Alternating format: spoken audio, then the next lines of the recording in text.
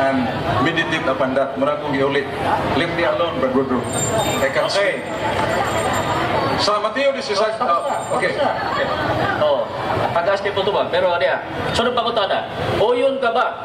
Sa giingon sa inyong katisismo, sa Mateo 16:18, kang isgutang Iglesia Church of Christ o Iglesia ni Cristo. O yun ka o dili? Tubag, ang Mateo 16:18, i-refer na to sa Roma 16:16, nga maunang Iglesia Universal, Iglesia Katolika, dili ang Iglesia ni Cristo, nga pag-ulang natukod, ligaw sa Pilipinas. Huwag tayo babasa na. Moderator, dili na ba yung topic pa na to, Iglesia sa Pilipinas? Sunod na na. Second topic natin, Brad. So, kayong sa pagkuhan. Yan, sir, bitaw to. Oh, second topic nila na to.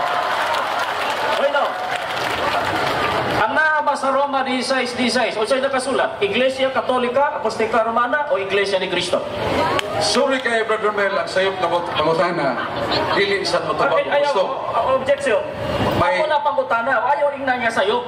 Pangutana man ako, tubaga lang. Okay, tubagon ako. Ako pangutana, sumunod ako. Okay. O sa'yo nasulat, sa Roma 16:16, Iglesia ni Cristo, o Iglesia Katolika, Apostolika Romana? Roma 16:16, itakdo ni mo sa Roma 16:23, kanang Iglesia ni Cristo mo ng Iglesia Universal, Iglesia Katolika.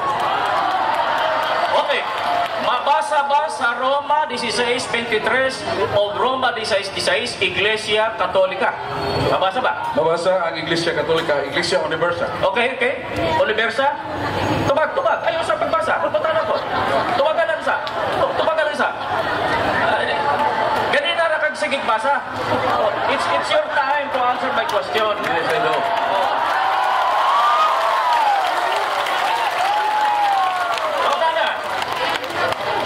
Sa Roma 16:16 o 23, ang nakasulat ba, Iglesia Katolika, Apostolika Romana, o ang nakasulat, Iglesia ni Cristo? Ang nagasulat, Iglesia ni Cristo nga Katolika, dili Romana. Wala ang Romana. Sa ubang na teksto. Klaro kayo kung tubag may Ikson. I have 1 minute to answer it. Ang pangutana sa itong pinanggang Ikson, tubagon pa na ito sa minute. Okay. Salamat. Okay. Ang pangutana ni mo Brother Mel. Di ba sunod? Okay, sige. Di ba sunod?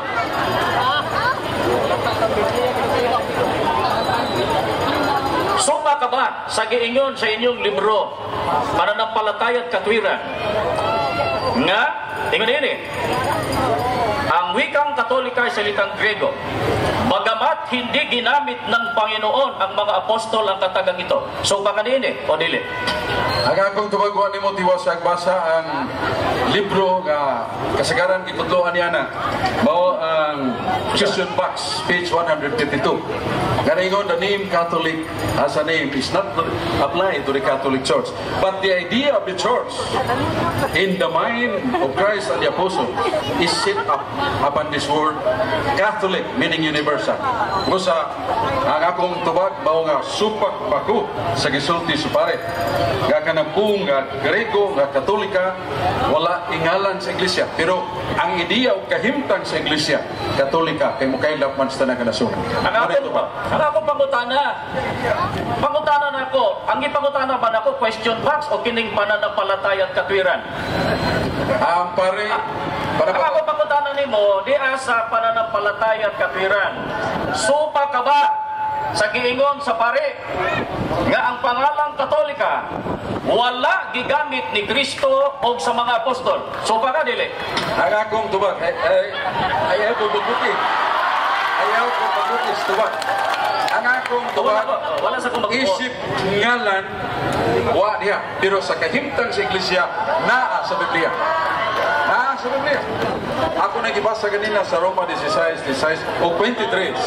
Nga kanang mong Iglesia, inganda o Iglesia Universal. What is Universal? Meaning Catholic. What is Catholic? For all nations. Usa, ang akong tubag, reconciliation o tukma sa gustong ipasabot sa pare. Dili sumala sa imong gusto. Muna tubag sa pangutana. Ang imong giingon nga ang kahimtang naa sa Biblia. Ang ako bang ipangutana kanimo kahimtang o pangalan sa Iglesia? Sa pangalan ako nagipagpahayag na the name Catholic in the Bible is not applied to the Catholic Church. But the idea of the Church is Catholic according to the mind of Christ and the Apostles. So, di mo do klaro ang tubag. Okay. Sa gigamit nimo ang 28:20 nga mukaylap ang tinud nga iglesia. Di ba giingon diha sa 28:20 nga itudlo sa mga tao ang pagtulon-an ni Kristo para siya umanan? Tinuod o dili tinuod? Ang gitudlo gawas nga siya magauban sa gitudlo pan magauban siya sa nagtudlo. Kani si Jesus, ako magauban kaninyo. Kaninyo plural. Referido sa iglesia. Okay. Dili sa pagtunulan. Sunod pangutana.